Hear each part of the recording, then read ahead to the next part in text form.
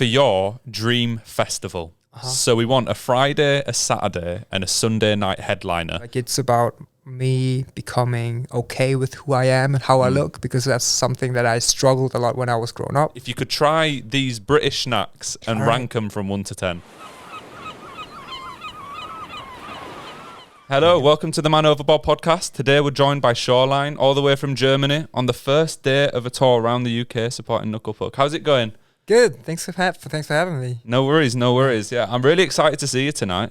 Is it your first time in the UK touring? It's actually our third time. Third time. The last time was in 2018. So wow. It's been a while. So yeah, feels like the first time. Yeah, it's been a minute. What did you think of the UK on your last tour? It's been great. Like we've done 2 DIY tours here. So this is definitely like the first one with bigger venues and with actually people coming to the shows. People wanting to turn up. So like, to be fair, it feels like the first one, but very excited. No, that's really exciting. Yeah, I can't wait for the show tonight. And you've just released a new full-length LP. What's the reception been like for that so far? It's been overwhelming, to be honest. Like, it's our first record that was promoted a bit more internationally than just in Germany. And people have been really nice to us. And there's been like a couple doors opening. For example, this tour would have never happened without that record. So before that was your kind of your main demographic just in Germany, and then this is the one where you've kind of stepped out. Yeah, mainly. Yeah. I think we had like a couple ones in, like a couple listeners in the UK and around the mainland, because we toured the mainland a lot, but then focused on Germany since 2020 for some reasons. But basically. And that album's called To Figure Out.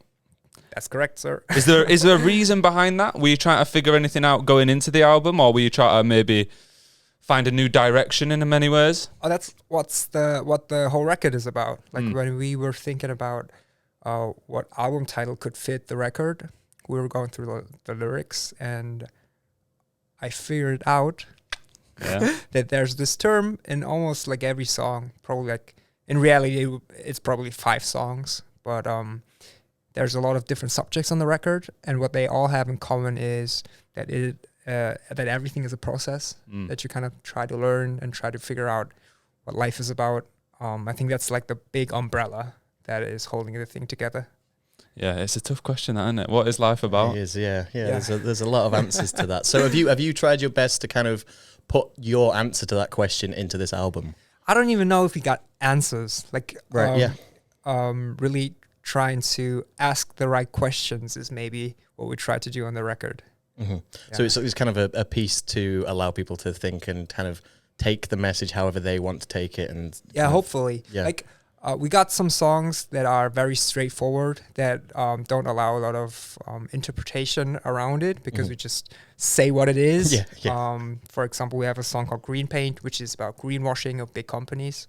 And I don't think like there's too much room to interpret like a whole different intention into the song. Yeah. But there's a couple other ones who allow that. So yeah. Yeah, one track that I really liked when I was listening to it, and the message behind it was Soul, or I'm not sure if I'm saying that city name correctly. Yeah. But you were talking about like past insecurities and maybe finding yourself a little bit. What was it like putting a song like that out there? Did it feel a little bit vulnerable maybe? Yeah, for sure. That song in particular is probably like my favorite one on the record. And as you mentioned, like it's about me becoming okay with who I am and how I look, because that's something that I struggled a lot when I was growing up. Being an Asian German or an Asian immigrant in Western countries. But yeah, we had a song on the previous record that was the first time that we ever touched on that subject. So it was not as scary, but the approach was a little different. The song is called Konnichiwa on the previous record, right. And it was more like a angry answer to people treating me unfairly or being racist towards me. And Soul is more about trying to understand who I am as a person. Yeah, so it's a lot more intimate, I think. Yeah. That's what I really liked about the song anyway. I felt like your personality and kind of the struggle of finding who you are and being comfortable with it came across. And I think it's quite nice to see an artist be vulnerable like that in public. And I would imagine a lot of people that listen to it probably related to it in many ways, especially like in Europe, where there's so many people that probably struggle with similar things. Yeah, thanks for mentioning that. No? Funny enough, I think that song is also one that is very very obvious what the subject is about. Like it's about being Asian in a Western country. But when I talked to some people in Germany when we played shows, interesting enough, there were a couple people who would identify with the song who are not Asian, but would struggle with like something similar. Maybe that's like gender identity, or maybe it's not even being Asian in a Western country, but being just a minority in this society. So it was kind of nice. Yeah, because then you kind of put it out there, and then like you were saying, that's a song that people have interpreted in their own way. Did you think people would ever interpret it in a different way to what you put out initially? Oh no, I never thought about it that way. Like I even was unsure if we should pick that one as a single. Right.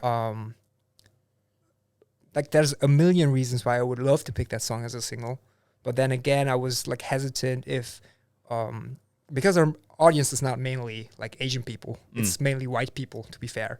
And I was unsure if they would connect to the song, because like most times they would just observe it. They would not sing along. At least that's what I was like maybe guessing or thinking about. But oh, dude, like on the internet, there's so many like really nice white people covering that song, which feels kind of weird, but still is cool to me. Yeah. Yeah. Well, I think it's, as you said, it relates like to me, for example, because I've struggled with like being myself in some scenarios. I'm bisexual, so I kind of related that to me in that sense, where it's been like I've felt like maybe I struggle to fit in certain situations. Yeah. So I kind of changed the meaning in my head to like fitting in with my story, and I imagine that most people probably do the same. Yeah. Yeah, I think so. With this album as a whole, like you were saying, that you've kind of approached it with a different mindset. Did you approach this writing process entirely different to your previous albums? Have you reformatted everything and gone, right, let's try something 100%, different? because this is the first time that our new bassist has written a record with us. Right. And then we, for all the other records that we've done so far, this is the third record. We've done an EP before that. We were working with one producer near our hometown, and he's done all the records previously. And this one is the first time where we recorded everything ourselves. Right. So we had Chris Teddy. He's from Connecticut. Like co-produced the record in remotely. We just sent files back and forth that had some video calls. But it was the first time recording the actual thing ourselves in the room, like in our rehearsal space, basically. So everything felt very different. So in a way, like you were saying just a bit earlier, that your previous tours were all DIY, and this is the first tour where it's actually cemented. Yeah. Ironically, this is the first album that's more DIY than the previous ones, and that's true. Never thought about it that way. Yeah. 100%. Yeah. There was another track off the new album, and I wanted to read a lyric out because I found it really interesting. It's called Darius, and one of the lyrics is, "The songs I used to play for fun and joy became a metric of what I'm worth." Yeah.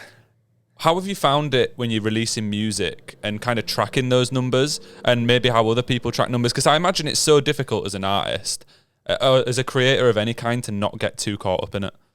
Oh, I struggle with that every day, because you have access to that numbers. Like there's a lot of numbers that you can compare yourself to with other artists, whether that's be Spotify streaming numbers, followers, likes, and I do believe that most people would agree that it is not healthy comparing like those numbers and like looking at other artists too much instead of just doing your thing.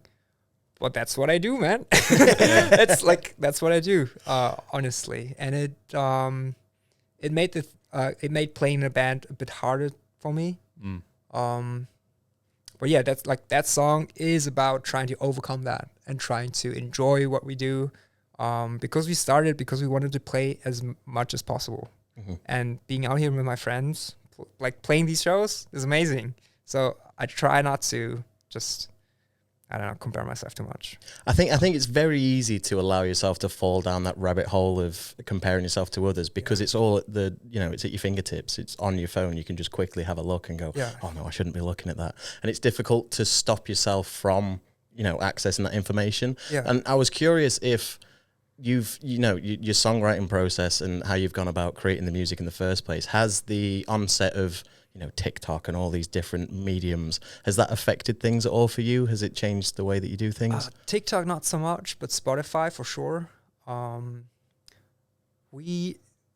Before we met Chris, who, as I said, co-produced the record and had a big influence on it. Before we met Chris, we were in this mindset of, okay, the most important thing is a great hook and maybe then like a good verse and just repeat the hook 4 times and make the song 2 minutes long.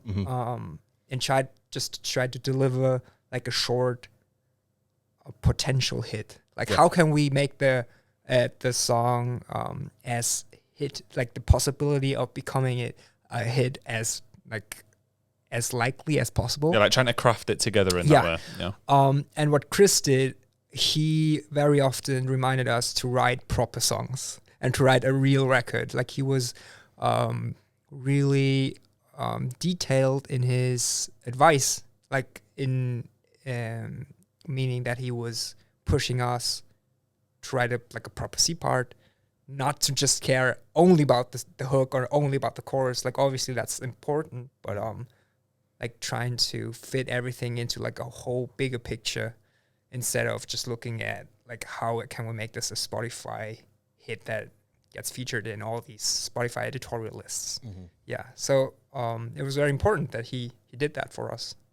Yeah, definitely. I think it's hard to concentrate on that, and like the track Darius goes over how like concentrating on your art and kind of really concentrating on the music is probably a lot more rewarding when you're crafting the full album. Yeah. But there's a question we ask everyone who comes on the podcast. Okay. And it's a tough question. I love it. Yeah, it's good. So it is for your dream festival. So we want a Friday, a Saturday, and a Sunday night headliner. Okay. If you want to throw in a couple smaller acts, you can. It can be people who are dead or alive, any act, any band. We've had people form super groups of people that have deceased and are still going today. So there's anything at all. And do I have to do the whole lineup? Like no, just headliners. Friday, Saturday, Sunday. Yeah, we're not going to be that mean. Yeah. It is a tough question. It is. Guys. It puts people on the spot. That's why it's fun. It's a tough question. I would say I'll start with Saturday because in my mind, or in my opinion, Saturday, like that's the main thing that must be good. I would put Title Fight as the headliner. Yeah.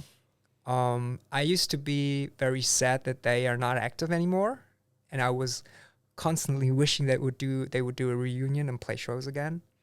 But honestly, I do think that's part of why I love them so much. It's like the lore behind it. Yeah, like this is a finished chapter, probably, and everything about it is, like in hindsight, I may romanticize a bit too much, but I think it's like a very neat, nice package of music that they've released. So I would put Title Fight on Saturday, maybe like the only like one exclusive show. Okay, cool. Ever. Festival, yeah. So just one more. You've even booked him as a festival headline exclusive. Also, I'm pretty sure they wouldn't do that. so that would be my Saturday. On Friday, oh man, good question. I would put a band. They're not big. They're very small. They used to be a very small local DIY punk band. They're called Red Tape Parade. Okay. A good friend of mine played in that band. He's now running a label called N-Hits Records, if you're familiar. Like it's a German-based record company. And that band had such a huge influence to me because they were... I have to explain a little. That's fine. Feel free. Go ahead. With me, More than happy. When I got into punk, I listened to bands like Strike Anywhere, Rise Against. Good show. All these older punk bands from the Fat Wreck era, I'd say.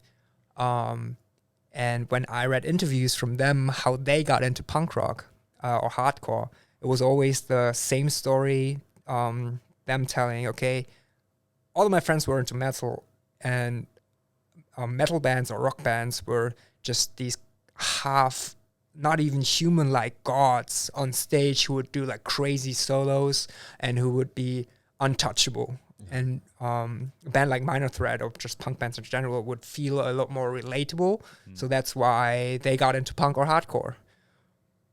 But I grew up in South Bavaria, and seeing Rise Against in a like 10,000 cap venue, or seeing Strike Anywhere playing like in front of like 500 kids in the nearest venue, felt pretty much like metal gods. Like I can't relate to that guy from the US who's just playing to a huge crowd and who's maybe coming out to the merch, but maybe not. And he's untouchable for me.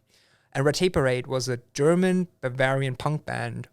They were older than me, like probably 10 years older than me, but they would have like the thickest German Bavarian accent, and still they would be playing this kind of music, and they would be touring with bands like Pennywise or like Hot Water Music, or like in this kind of they were playing this level of shows, even though they were like the small Bavarian kids from like, I don't know, from the smallest town you can imagine. So that was what that was the same effect for me. Like that's the first time when I saw a band and I thought, okay, maybe I could do the same thing. Yeah, this could be me, because you felt that stronger connection with a local band. Yeah, I think that's really nice, actually. Yeah, I love that. Yeah. And their singer Wouts, he died a couple years ago from cancer. So I never saw them live, actually. I just like followed them online.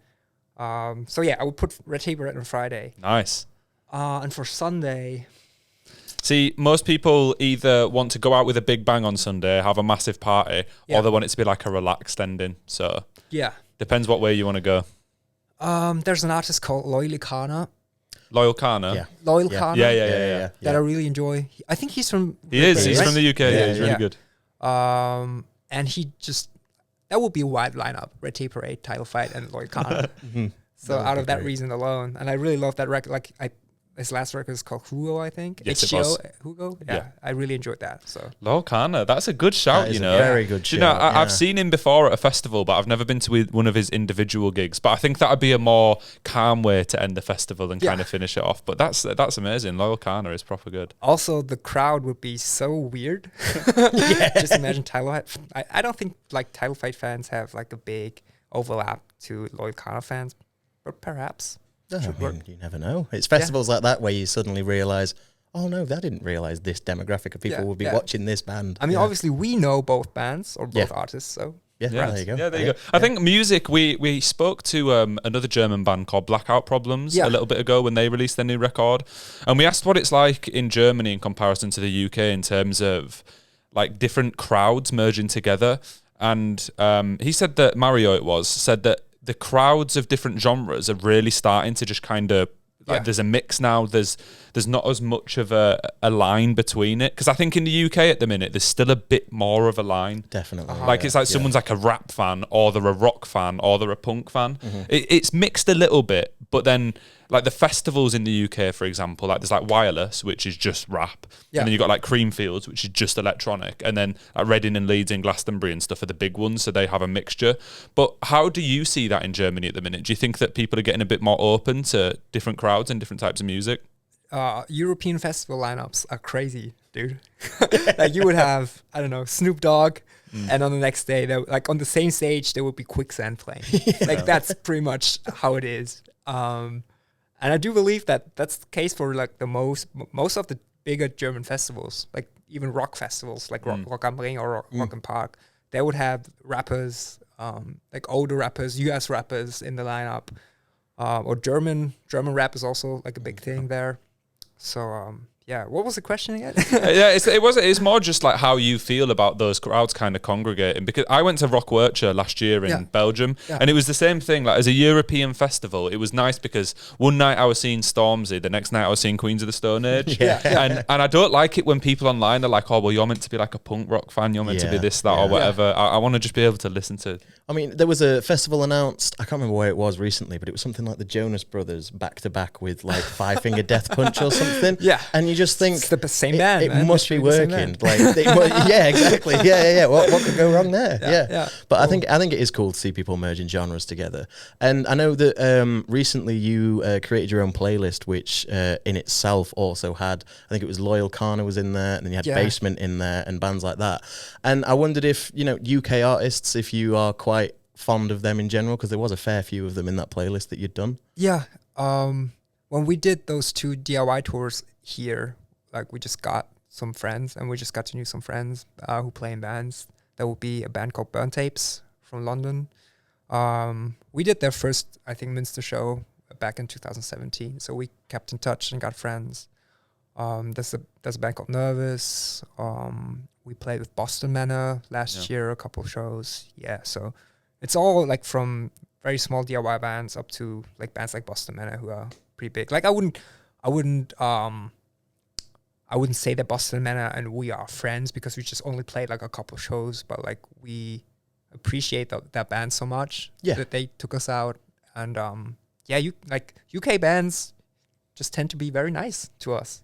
Like, but I don't know if it's a bias, but no, of course. You're in the UK. You're like, no, I hate them. Actually, I don't like any. I'm going to get out of this country.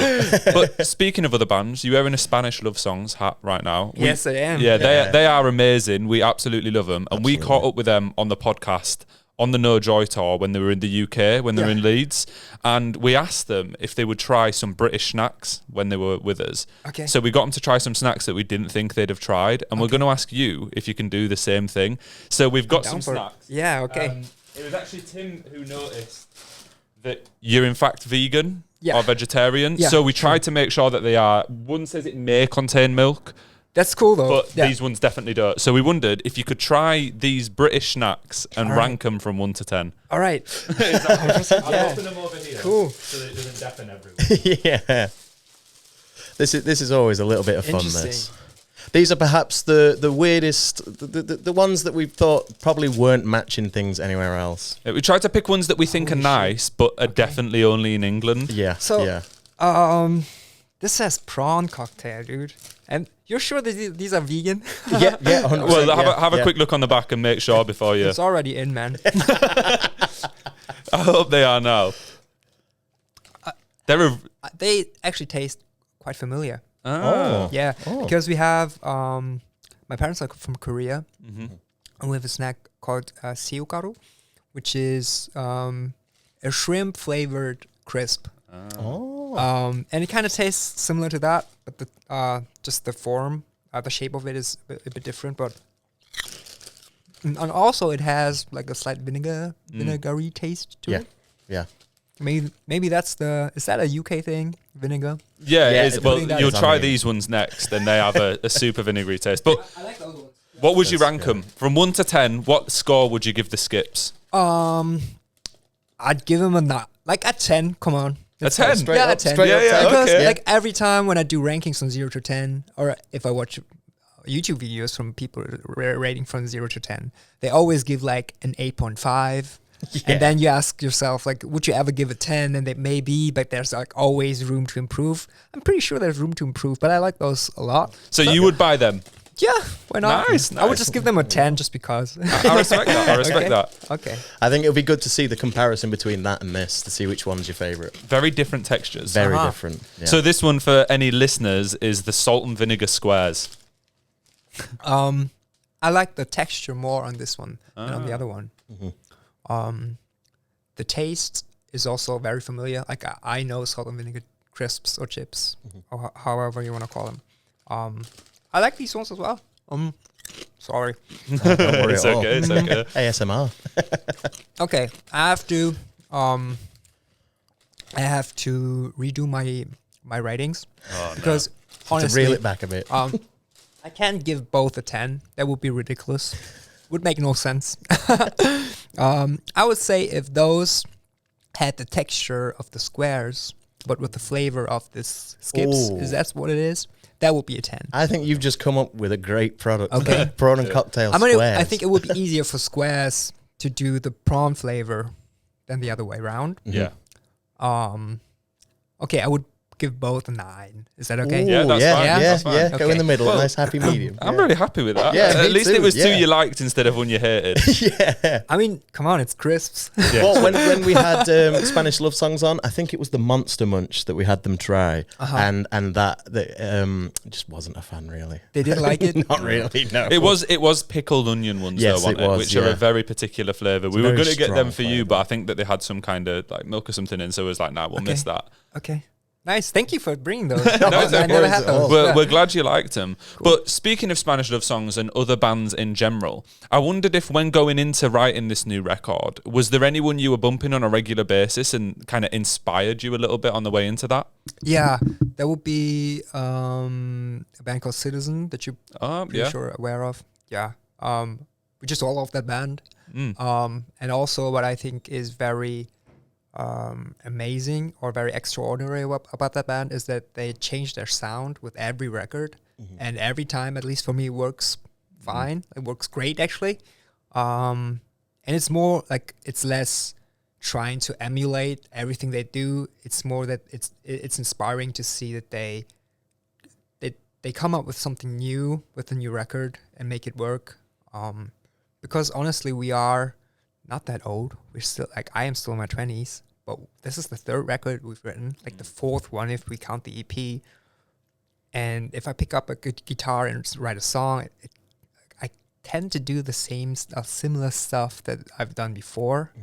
And really challenging myself to do something else is quite, like, it's nice to see another band do that every time. I think it's very easy to fall into, a safety net of, oh, this worked last time, I'll do it again. So to see a band go out and actually change the sound every time, because it's a risk at the end of the day that the audience might not like this new record and the reception might not be as good. But I think with the fan base that Citizen in general have curated with their sound, that any project that they release, the fans are going to be receptive to it. And if you can get that kind of fan base, then you're sorted then, aren't you?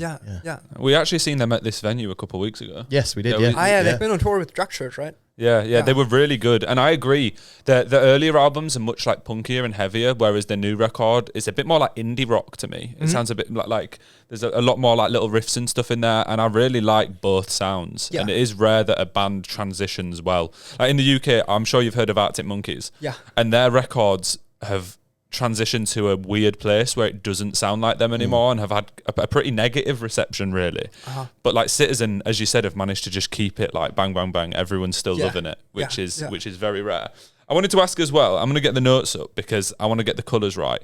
The new vinyl you've just released, it's really nice. It's so nice. I really like it. Yeah. Thank you. Appreciate it. Do you want to? This is more your question. Go ahead. Than mine. So the design of it itself, the vinyl, with it being clear and then it's splattered. I think it's baby pink, blue, and evergreen. Yeah. It's such a nice design. You as a band, how much influence do you have in designing the vinyls themselves? Because we've recently got into it, and finding vinyls with cool designs is like a winner. So, I think we could have a huge influence on how exactly the vinyl looks. But I don't really care. Like, because I feel like every vinyl that I see or that gets proposed to me, it could be like a bright pink color, or it could be any other color, and I would think it would look beautiful. And Pure Noise or Ian in specific, he like just sent us a couple ideas, and every single one of those ideas looked amazing because he knows what he's doing. He's done that a couple times before. So yeah, that's like his credit, like, or their credit, like the credit of Pure Noise. And I just said, all right, let's do it. It looks amazing. Let's get with that one, yeah. So it was more of a case of you choosing from multiple designs potentially, and then going, that's the one that we want to go with. I think I don't really know how exactly it went down, but it would be something like everything is amazing. Just do your thing, and I'm pretty sure it will come out. Yeah. Well, I mean, it has. It's a fantastic looking vinyl. Really like it. Yeah, no, and we'll definitely be bumping it. It's a fantastic sounding vinyl as well. Thank you so much. For a long time to come. Just to finish things off, because we've got Knuckle Puck coming through in about 5 minutes. So I want to make sure they don't walk in mid-recording. Is there any bands that you're listening to at the minute that you wanted to give a big shout out to, and just maybe tell people to give them a quick listen? For sure. There's so many German bands that we're friends with that I would love other people to hear as well. One is called Phantom Bay. They are a hardcore band. That's pretty much what it is. From Bremen and Berlin, Hamburg, like the scatter around. And their latest record is probably my favorite hardcore record of the last year. Nice. Yeah. Well, thank you very much for joining us. Thanks for having me. If people who are listening haven't already, go check out Shoreline's new record to figure out. Thanks.